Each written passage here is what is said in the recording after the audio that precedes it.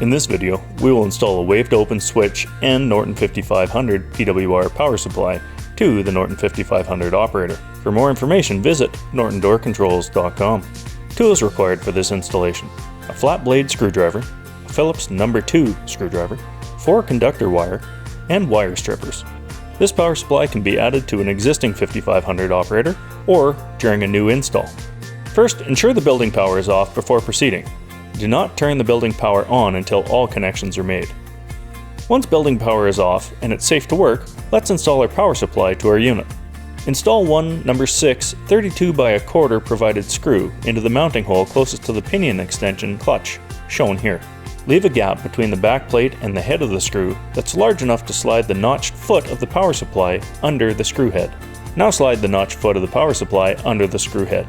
Next, install one No. 6 32 by quarter inch provided screw on the other side of the power supply in the hole shown here. Tighten both screws to the back plate.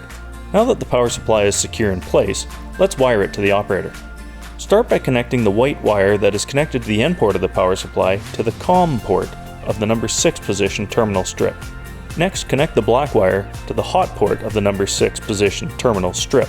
Then, connect the green wire that is connected to the ground port on your power supply to the green ground screw on the back plate of the operator. Now that the power supply is connected to the operator, let's connect building power to the power supply. First, connect the black wire, also known as hot, to the hot port of the 3-position terminal strip connected to the power supply. Next, connect the white wire, or neutral, to the COM port of the 3-position terminal strip connected to the power supply. Finally, connect the green wire, known as the ground, to the ground port of the 3-position terminal strip connected to the power supply. Pull wire from the mounting box to the operator, leaving enough slack at each end to make the proper connections. Now let's add the wave switch to open. Start by stripping approximately a quarter inch to expose bare wire on all 4 of your conductors on the wave to open switch side. To ensure proper wire connection, loosen the screws fully and note the silver contact is all the way down. Insert one wire to each of the following: the power positive symbol terminal, the power negative symbol terminal, the NO terminal, and the C terminal. In this example, we will use the following color wires: red in the power positive, black in the power negative, white in the NO, green in the C. Tighten the screws for each terminal to ensure the wires are secure.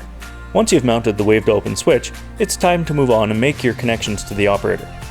On the operator end of the wire, you will need to strip approximately 1/4 of an inch to expose the bare wire on all 4 of your conductors. Now let's make our connections. Connect your power plus wire, in this example we're using the red wire, to the power supply and plus V terminal. Connect your negative wire, in this example using the black wire, to the power supply negative V terminal. Connect your NO wire, in this example using a white wire, to the A1 terminal. Connect your C wire, in this example the green wire, to the A2 terminal. Now ensure all of your connections are secure. Congratulations, you've successfully completed the installation. It's now time to test the operator.